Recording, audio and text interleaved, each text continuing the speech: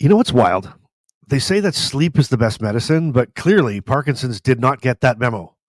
Falling asleep, hard. Staying asleep, forget it.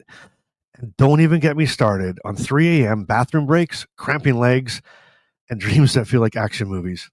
Well, if you've ever just stared at the ceiling at 3 o'clock in the morning thinking, what the hell is going on with my body? Well, guess what?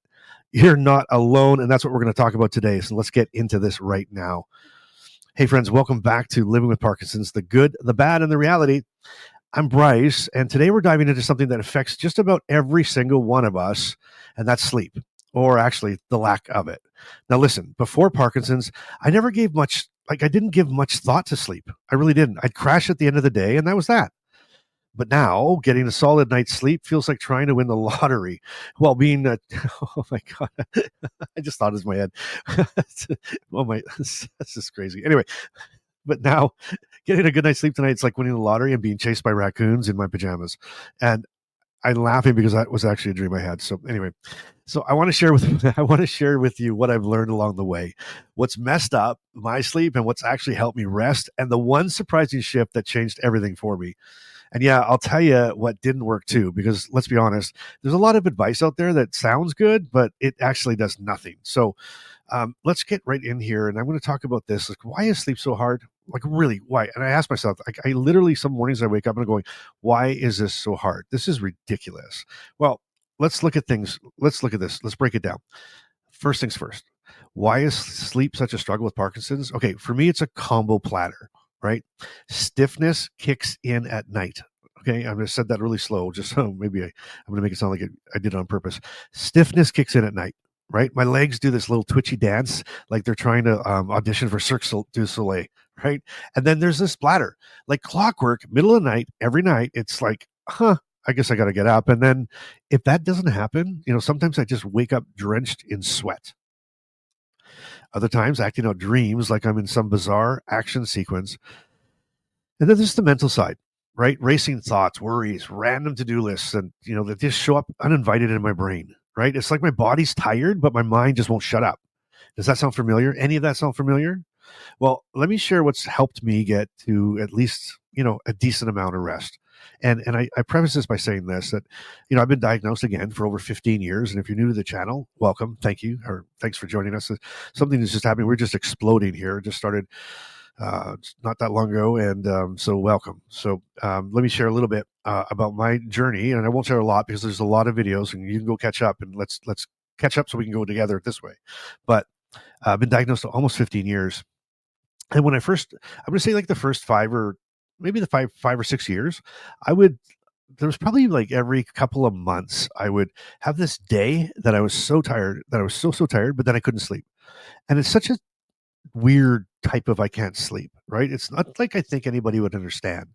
I think that and I think that's probably an issue. Like, you probably maybe have somebody in your life, if you do, who's saying, just try to sleep, or try this, or try that, or, just, count sheep, or, count to 99 backwards. And I don't think they don't, if you don't go through what we go through, then you really don't I can't explain it, but it's like, I'm just awake. It's like the daytime for me. There's not even a closeness. I am not going to sleep, and I know it, and it's crazy. And so anyway, I used to have those like maybe once or twice a month, maybe in the beginning, maybe once a month in the beginning, and as I progressed, a couple times a month, and or if I was extremely tired, I traveled a lot with my job back in the first 5 to 10 years of my diagnosis. And if I traveled a lot, I would just be completely exhausted, and I would be so exhausted I'd fall asleep for a little bit, maybe a quick nap, and then I'd get to bed and I'd just lie there cursing at the ceiling because I'm just staring at the ceiling. And I'm thinking, well, I can't get out of bed, because if I get out of bed, it's going to make it worse. If I move around, it's going to be worse. And eventually I just kind of ended up just getting out of bed because might as well work or do something productive, because I'm just lying here staring at a blank ceiling. But as time progressed, I started getting them maybe once a week. And there are weeks now that when I'm not really on my game, and I'm not really, doing a lot of self-care, and, let's be honest, we can all get there sometimes. I can go 2 nights in a row, 3 nights in a row a week of just not sleeping. So it's really important we get our sleep. And I know that you're watching this, you're probably thinking, yeah, me too, or yeah, me too. And if you're sitting here going, hey, never, ever even worried about this, well, then don't go away, because again, Parkinson's, unfortunately, is a progressive disease, and so if you're not dealing with this now, you might have to deal with it later, or you probably will have to deal with it later. So you might as well get some tips now.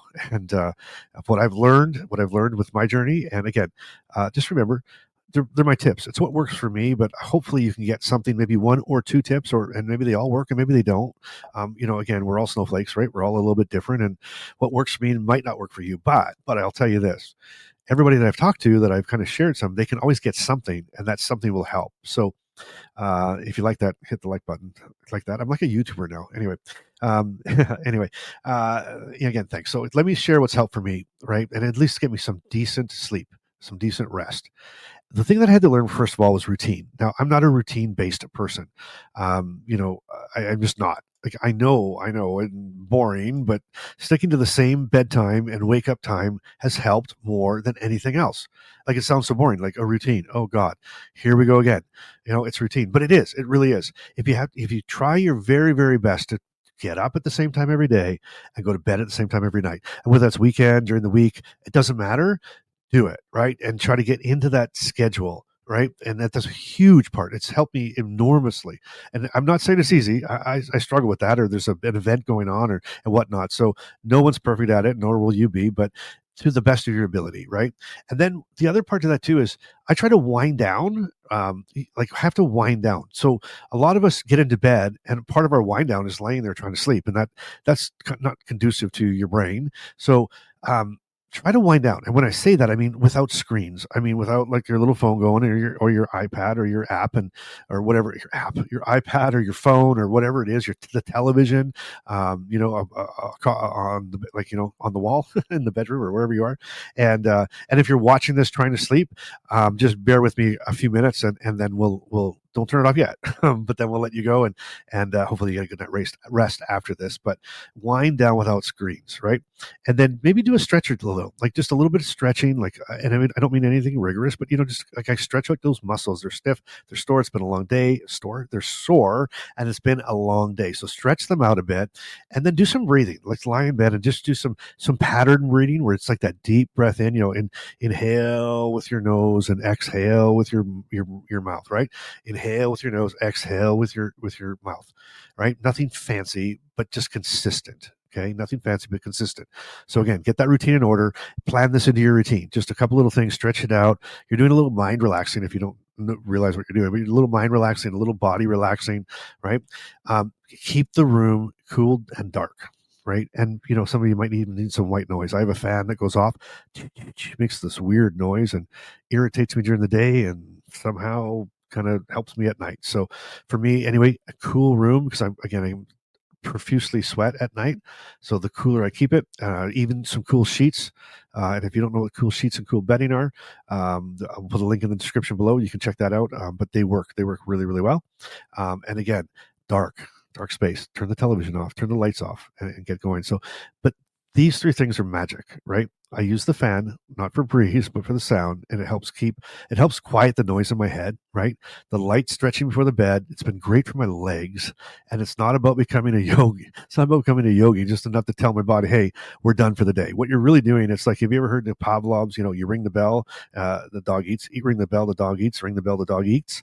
You're trying to get your body into, like, you're setting off signals to your body that you're going to bed, right? Signals to your body. So that little stretch before bed, just to do it the same every night, the same, and try to do it at the same time. And really what you're telling your body is, I'm getting ready for bed. Those deep breathing, I'm getting ready for bed, right? It's amazing what it does. And then what I do as well, just some added stuff, and you can see that in the video. I think it was the last video we just did, or the video before. I do the spray. I do the whatever spray on my feet. Again, all the links are in the description. Check it out. It's what works for me. And you can also check out that video about what works for me the best. And that's one of the things. It's the magnesium spray that I thought my wife was nuts when she bought it for me, and now I'm so thankful for it. And then melatonin, right? Sometimes helpful, sometimes not. Doesn't work for me, but talk to your doctor if you're thinking about using it. And that's a big thing. I would try it. It doesn't hurt to try it. Again, just for me, it made me groggy in the morning, but maybe it's worth a while to give it a shot. Um, So to get that routine in order, try to keep your routine consistent. The other thing you want to do is I time my meds better, right? And you might have to look at that as well as timing those meds better, right? That can be a total game changer. Once I figured out how my evening dose lined up my sleep window, things got way better for me, like way better for me. And now the other thing I do, and I kind of I didn't share this on my medication video, like the 5, the 10, the 15 years, but I'm taking a slow release levodopa at night, and a reason why I didn't bring it up yet, and I'm not really going to bring it up that much right now, is just I'm just trying it out. So I want to try it first, see how it works for me, so that I can guide you. So I can guide you better and give you some answers on that. So I am trying that as well. So again, hit that magnesium spray, try the melatonin, but again, get that routine in order. Okay, well, here's something that didn't work for me, right? I'll tell you some stuff that didn't work. I might as well be honest. And then here's that honesty part. Like, I've tried some stuff that sounded amazing, but it totally flopped for me. One would be CBD oil. You know, everybody was talking about it. Everybody like, you got to try it. You got to try it. My kids are like, you got to try it. Everybody's like, you got to try it. It's not, this. It's not, it's not the whoa, whatever you call that. But you have to do it. It'll be a game. It'll just going to change your life. And I tried it and nothing happened. Nothing changed. And maybe it works for some, but not for this guy. Anyway, not for this guy, but maybe it works for you. I don't know. Maybe in the comments, let me know what's working for you. Have you tried CBD oil? Does it work? Does it not work? Maybe I tried the wrong stuff. I don't know. I asked the guy, and he gave me what he said was for Parkinson, and all I know is it just there was I dripped it in my mouth like a thing, and I might as well have just dripped water in there. Just did nothing for me. But anyway, it might be working for you. The other thing I tried that I didn't like, and I didn't like at all, was a weighted blanket. And because people were telling me, get a weighted blanket, try the weighted blanket. Well, I did. I try everything. Like, my philosophy in life is you might as well try, right? You might as well try. And they always, they always say that, reach for the stars. And if you miss, maybe just get to the moon. But I always going to give something a shot. If it's healthy and safe and my doctor says it's good to go, I'll try it. So the weighted blanket for me, it felt like I was being pinned down by like when I was like a young dad, like by my stubborn toddlers. Like, it was just crazy. I just felt pinned down, and I get claustrophobic, and oh my God, I would like lose it. I was almost losing my mind. I was like, why did I even do this? I'm going nuts. I couldn't wiggle my toes. Oh my God, it was awful. So that didn't work. So that at all. And the other thing that people tried to tell me to use was sleep teas, like the teas, like teas that are that are supposed to help you sleep. That to me just tastes like hot disappointment, right? I still woke up 5 times that night, and then I had to pee 3 more times. So it obviously didn't work that well for me. But again, those might work for you, but they just didn't work for me. And for me, they just weren't worth the hype. So if you want to try them, try them. And I'd really like to know if you are using those things that I just talked about. And they are working for you, then please put it in the comments, because I don't want to lead everybody straight. It might work. Just again, this was what worked. It didn't work for me at all. But I want to tell you, like, the one thing that actually helped me the most, right? You know what it was? You ready for this? And there's no link in the description below on this one. It was acceptance. What helped me the most, the game changer for me, was acceptance, not giving up, just letting go of that pressure to sleep perfectly. I stopped beating myself up for waking up, right? I stopped lying there feeling tense and frustrated. And now if I'm up, I just get up. I read, I write, I journal, I breathe. And weirdly enough, once I stopped fighting it so hard, I started sleeping better. It was like the craziest dichotomy. The minute I like literally, have you ever heard that anxiety leads to anxiety, right? It's like someone starts thinking about they don't want to have a panic attack, or they think something might give them a panic attack, and they start thinking about the panic attack, and then they have a panic attack. The more you lie there thinking about not sleeping and almost getting upset, why me? Why can't I sleep? This sucks. I'm tired. I'm going to be grumpy tomorrow. No one's going to like me tomorrow, that type of thing. And if you just accept the fact that it's not going to happen, like, this is the way it is. I've tried. I've got my things in place. I did what I needed to do. I tried these things. I got my routine in order. I'm doing the things I need to do, and it's not working. All right. Okay. Okay. Then just get up and do something productive. Get up and write in your doctor journal, your diary, your journal, whatever it might be, but you just accept it. And that to me is just radically changed my mind, or radically changed my attitude towards it. And it radically actually started helping me sleep. It was crazy. Anyway, like that. So yeah, like that's sleep and Parkinson's. It's not exactly our best friend, But they don't have to be your enemy either. There are certainly things you can try, and there are patterns you can learn. And there is hope, because getting some rest is always better than none. So here's my challenge to you. Drop a comment and tell me what helps you sleep. Let's crowdsource these things for some real life advice for the rest of the community. You never know. Your tip might change someone else's night. Listen, thanks for hanging out with me. I love where we're going. I love the community we're building. I'm glad you're here, and I'll see you next time, because you know what? There's hope. Here's hoping tonight that we all get some damn rest.